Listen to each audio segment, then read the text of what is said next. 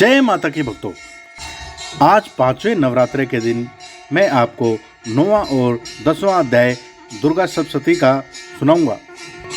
9वां अध्याय। राजा ने कहा, हे ऋषिराज, आपने रक्त बीज के वध से संबंध रखने वाला वृतांत मुझे सुनाया। अब मैं रक्त बीज के मरने के पश्चात क्रोध में भरे हुए शुंभ व निशुंभ ने जो क्रम किया वह सुनना चाहता हूँ। महर्षि मेधा ने कहा, रक्त बीज के मारे जाने पर शुंभ और निशुंभ को बड़ा क्रोध आया और अपनी बहुत बड़ी सेना का इस प्रकार सर्वनाश होते देखकर निशुंभ देवी पर आक्रमण करने के लिए दौड़ा। उसके साथ बहुत से बड़े असुर देवी को मारने के वास्ते दौड़े और महापराक्रमी शुंभ अपनी सेना सहित चंडिका को मारने के लिए आगे बढ़ा।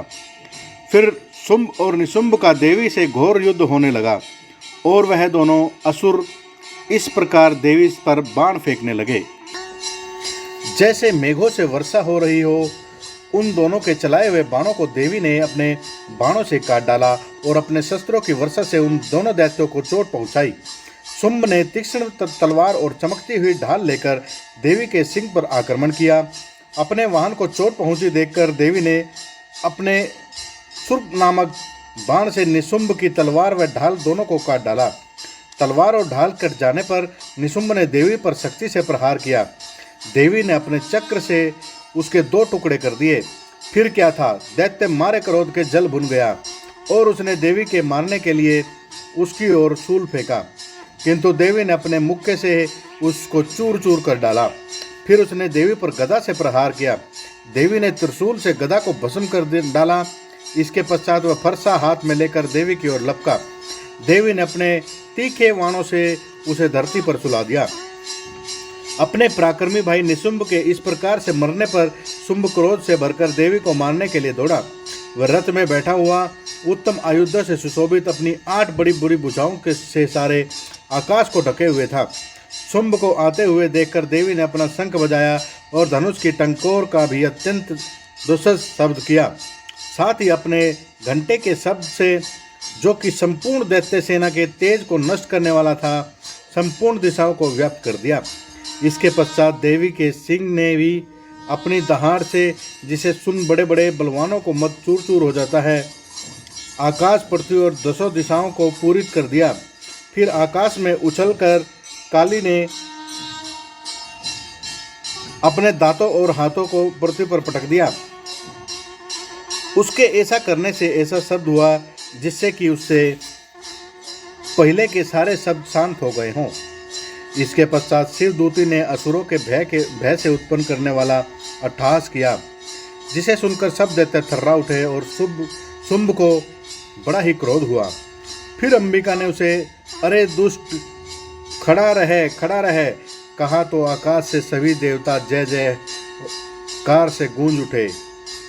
शुंभ ने वहां आकर ज्वालाओं से युक्त एक अत्यंत भयंकर शक्ति छोड़ी, जिसे आते देखकर देवी ने अपने मल्लोका नामक शक्ति से नष्ट कर डाला।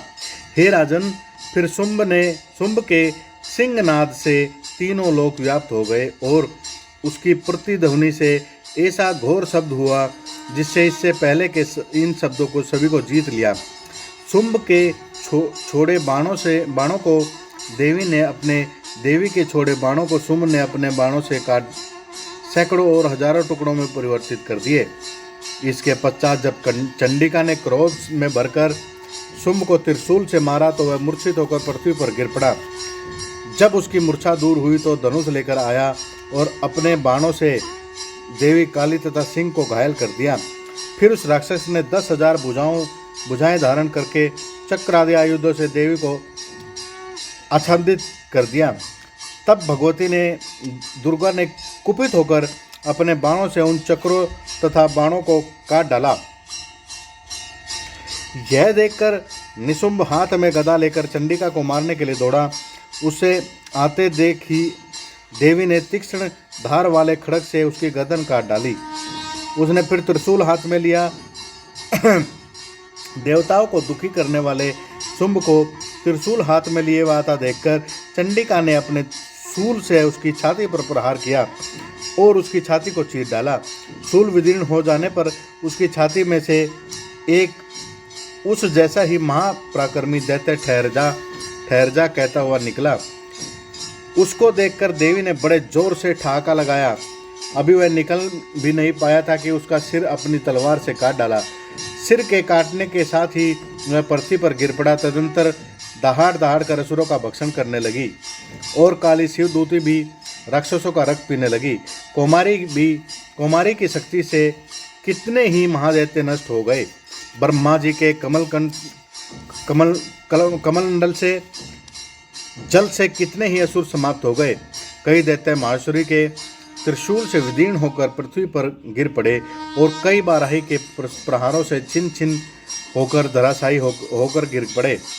वैष्णवी ने भी अपने चक्र से बड़े बड़े महापराक्रमियों का कचूमर निकालकर उन्हें यमलोक भेज दिया और इंद्री से कितने ही महाबलशाली राक्षस टुकड़े टुकड़े हो गए। कई दैत्य मारे गए, कई भाग गए, कितने ही काली शिवदूती और सिंह ने भक्षण कर लिए। 10वां अध्याय। महर्षि मेधा ने कहा, हे राजन, अपने प्यारे भाई को मरा हुआ तथा सेना को नष्ट हुई देखकर क्रोध से भरकर दैत्यराज सुम कहने लगा, दुष्ट दुर्गे, तू अहंकार से गर्व मत कर, क्योंकि तू दूसरों के बल पर लड़ रही है। देवी ने कहा, हे दुष्ट, देख मैं तो अकेली ही हूँ। इस संसार में मेरे सिवा दूसरा कौन है? यह सब मेरी शक्तियाँ हैं। देख, यह सब की सब मुझ में प्रविष्ट हो रही है।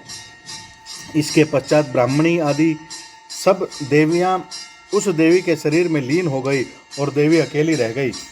तब देवी ने कहा, मैं अपनी ऐश्वर्य शक्ति से अनेकों रूप में यहाँ उपस्थित हुई हूँ। उन सब रूपों को मैंने समेट लिया है। अब अकेली ही यहाँ खड़ी हूँ, तुम भी यहीं ठहरो। महर्षि मेधा ने कहा। तब देवताओं तथा राक्षसों को देखते ही देखते देवी या शुंभ में भयंकर युद्ध होने लगा। अंबिका देवी ने सैकड़ों अस्त्र शस्त्र छोड़े। उधर दैत्यराज ने भी भयंकर अस्त्रों का प्रहार किया। देवी के छोड़े हुए सहस्त्रों अस्त्रों को दैत्य ने अपने अस्त्रों से काट डाला। इसी प्रकार शुंभ ने जो अस्त्र छोड़े उनको देवी ने अपनी भयंकर हुंकार के द्वारा ही काट डाला। दैत्य अब सैकड़ों बाण छोड़कर देवी को ढक दिया और क्रोध से भरकर देवी ने अपने बाणों से उनका धनुष भी नष्ट कर डाला। धनुष कट जाने पर दैत्येंद्र ने शक्ति चलाई, लेकिन देवी ने उसे भी काट कर फेंक दिया। फिर दैत्येंद्र चमकती हुई ढाल लेकर देवी की ओर दौड़ा, किंतु जब वह देवी के समीप पहुंचा तो देवी ने अपने तीक्ष्ण बाणों के प्रहार से चमकती हुई ढाल को भी नष्ट कर दिया। फिर दैत्येंद्र का घोड़ा मर गया, रथ टूट गया, सारथी मारा गया। तब वह भयंकर मुद्गल लेकर देवी पर आक्रमण करने के लिए चला, किंतु देवी ने अपने तीक्ष्ण बाणों से उसके मुद्गल को भी काट दिया। इस प्रकार दैत्य ने क्रोध में भरकर देवी की छाती में बड़े बड़े जोर से मुक्के मारे। दैत्य ने जब देवी को मुक्का मारा तो देवी ने भी उसकी छाती पर जोर से एक थप्पड़ मारा।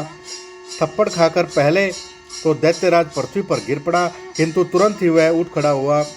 फिर वह देवी को पकड़कर आकाश की ओर उछाला और वहां जाकर दोनों में युद्ध होने लगा। यह युद्ध ऋषियों व देवताओं को आश्चर्य में डालने वाला था। देवी आकाश में दैत्यों के साथ बहुत देर तक युद्ध करती रही। फिर देवी ने उसे आकाश में घुमाकर पृथ्वी पर गिरा डाला। दुष्टात्मा दैत्य पुनः उठकर देवी को मारने के लिए दौड़ा। तब उसको अपनी ओर आता हुआ देखकर देवी ने उसकी छाती विदीर्ण कर उसको पृथ्वी पर पटक दिया। देवी के त्रिशूल से घायल होने पर उस दैत्य के प्राण पखेरु उड़ गए और उसके मरने से संपूर्ण जगत प्रसन्न व स्वस्थ हो गया तथा आकाश निर्मल हो गया। पहले तो उत्पात सूचक मेघ और उत्पातक होते थे, अब सब शांत हो गए। उसके मर जाने के पर नदियां अपने ठीक मार्ग से बहने लगी। संपूर्ण देवताओं का हृदय हर्ष से भर गया और गर्वंदियाँ सुंदर गान गाने लगी। गंधर्व बाजे बजाने लगे और अप्सराएं नाचने लगी। पवित्र वायु बहने लगी। सूर्य की कांति स्वच्छ हो गई। यज्ञशालाओं की बुझी हुई अग्नि अपने आप प्रज्वलित हो गई और चारों दिशाओं में शांति फैल गई। जय माता की भक्तों।